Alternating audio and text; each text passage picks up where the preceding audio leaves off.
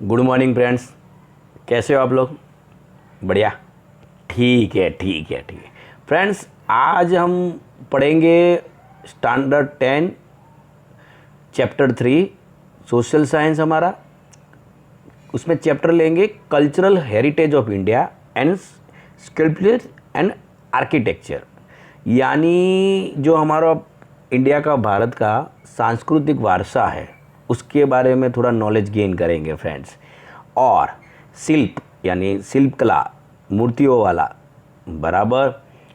फिर आर्किटेक्चर यानी स्थापत्य, दैट मीन्स जो भी टाउन प्लानिंग है पहले के ज़माने का यानी प्राचीन भारत का बराबर, उसके बारे में हम थोड़ा बहुत नॉलेज गेन करेंगे।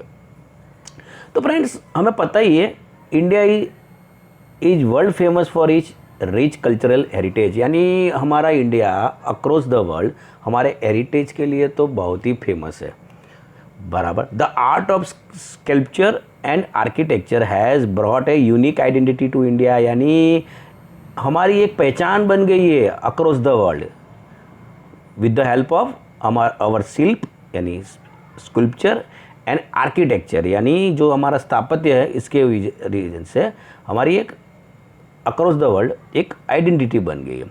Even town planning of Indus culture बराबर, वो भी बहुत ही फेमस है हमारा टाउन प्लानिंग। जो भी हमारे जो प्राचीन जो टाउन है, उससे अहमदाबाद ले लो आप बराबर, लखनऊ ले लो, जयपुर सिटी ले लो, इंदौर ले लो, या वो बहुत ही फेमस जो हमारे टाउन प्लानिंग ये है, वहाँ पे बहुत अच्छा टाउन प्लानिंग है। ये जो मैंने एग्जांपल दिया, यानी वो प्राचीन इंडिया में वो उनकी जो आर्किटेक्चर थी वो अक्रॉस द वर्ल्ड फेमस हुई है।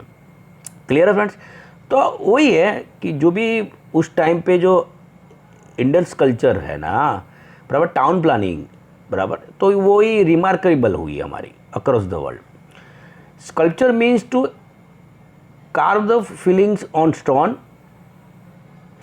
Would, even metal with a, यानी ये है क्या कि जो भी शिल्प है ना वो है क्या, सर्टन आपके पास स्किल होगी बराबर। जो मैं आपको स्कल्पचर के बारे में बता रहा हूँ, सर्टन स्किल होगी आप, और वही हथौड़ी से लेके आप जो आपकी फीलिंग्स है, आपकी जो फीलिंग्स है, आपकी अंदर की फीलिंग्स है, आप उसको बाहर एक्सप्रेस करो।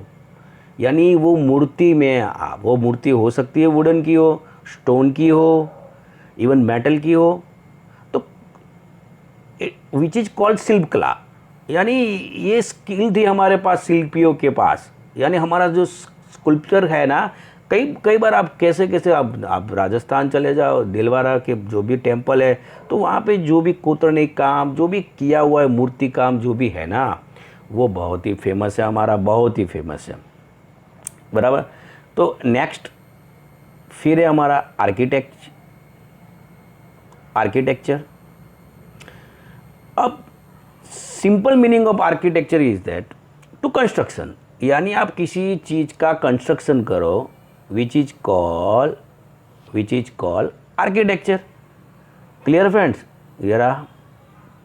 The world vastu is use for the architecture to in Sanskrit language, यानी ये जो है ना आर्किटेक्चर पहले के ज़माने में बराबर, पास्ट इंडिया, तो उस टाइम पे जो भी टाउन प्लानिंग होती थी यानी कंस्ट्रक्शन होता था वो अकॉर्डिंग टू वास्तु होता था। वास्तु वर्ड संस्कृत वर्ड है बराबर।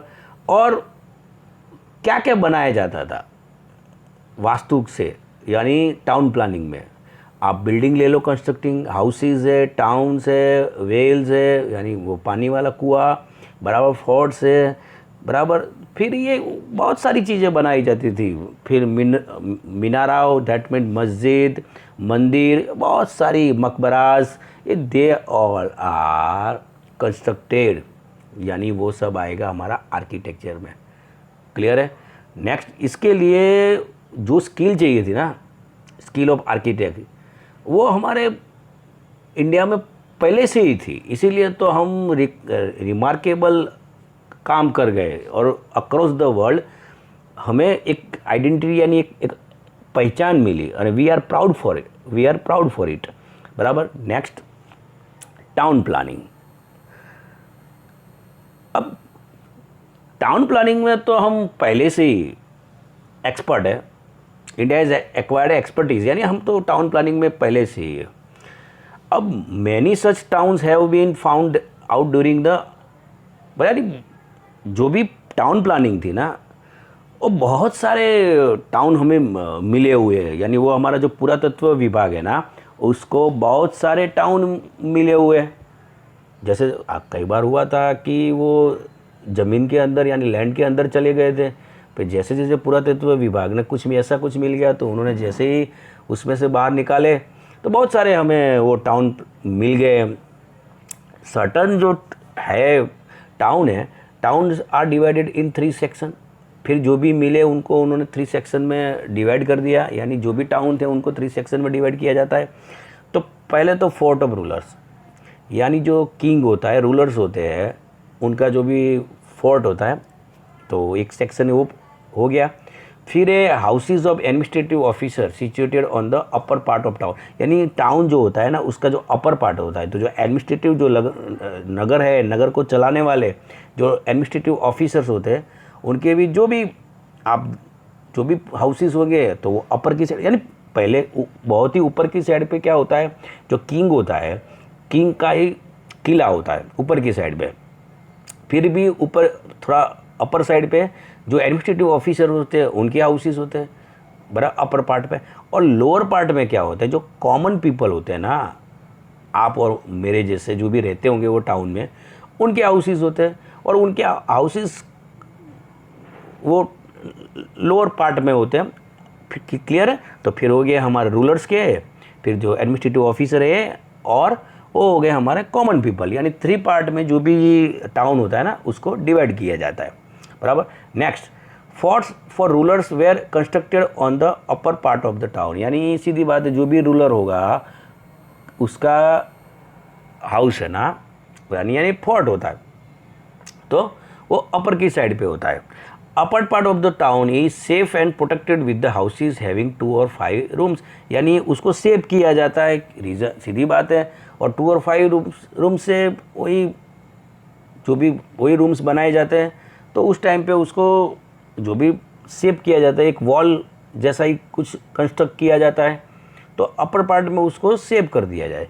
एंड लोअर साइड में, यानी वो जो हाउसेस होती है एक वॉल करके, तो वहाँ पे जो 4-5 हाउसेस होते हैं, हमें एडमिनिस्ट्रेटिव ऑफिसर जैसे कोई जो नगर को चलाने वाले, उन लोगों के हाउसेस रहते थे वहाँ पे। फिर यानी वो 2-4 वही होते हैं। बराबर। और लोअर पार्ट में सीधी mainly constructed with the handmade bricks, यानी वो ईंटें हमारी जो है हैंडमेड होती है, उससे ही जो कॉमन पीपल के हाउसेस वो लोअर पार्ट में रखे जाते थे। क्लियर है friends?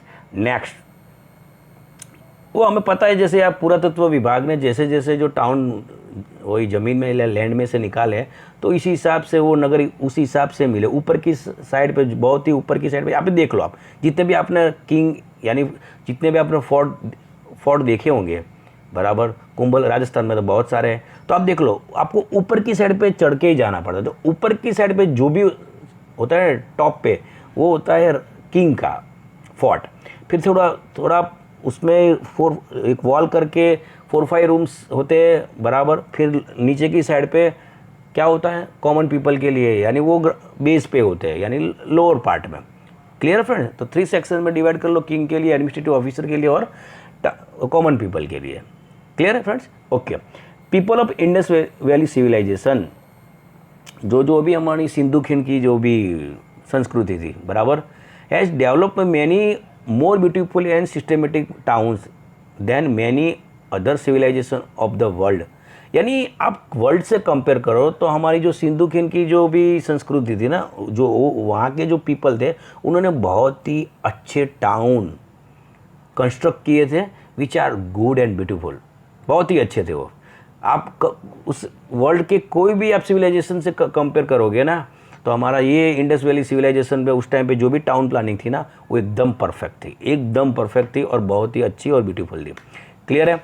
Next, in the point of architecture view, यानी आर्किटेक्चर की आई से देखा जाए तो वो बहुत ही अच्छी थी। अमंग ऑल देम, यानी उसमें से Harappa and Mohenjodaro had the best town planning, यानी उसमें से दो टाउन, एक हड़प्पा और दूसरा मोहनजोदड़ो, ये दोनों के दोनों बहुत ही अच्छे, यानी ये फर्स्ट और सेकंड नंबर पे आते हैं देखा जाए तो टाउन प्लानिंग में। यानी इंडस वैली सिविलाइजेशन में जो टाउन प्लानिंग है ना, उसमें दो टाउन्स हड़प्पा एंड मोहनजोदड़ो, बराबर, ये दोनों देखा जाए तो बेस्ट है, बराबर। और उसकी रीज़न से ही हमें अक्रॉस द वर्ल्ड, बराबर, हमें आइडेंटिफाई किया गया है फॉर बेस्ट टाउन प्लानिंग के लिए। Clear friends? तो ये था हमारा इंट्रोडक्शन था, यानी शिल्प, फिर है हमारा स्थापत्य यानी आर्किटेक्चर, बराबर। तो आज के सेशन के लिए इंट्रोडक्शन था, तो इतना ही लेते हैं। फिर नेक्स्ट सेशन से हम टाउन प्लानिंग के बारे में 2 सिटी यानी 2 टाउन ले लेंगे। Clear friends? तो आज के लिए इतना ही।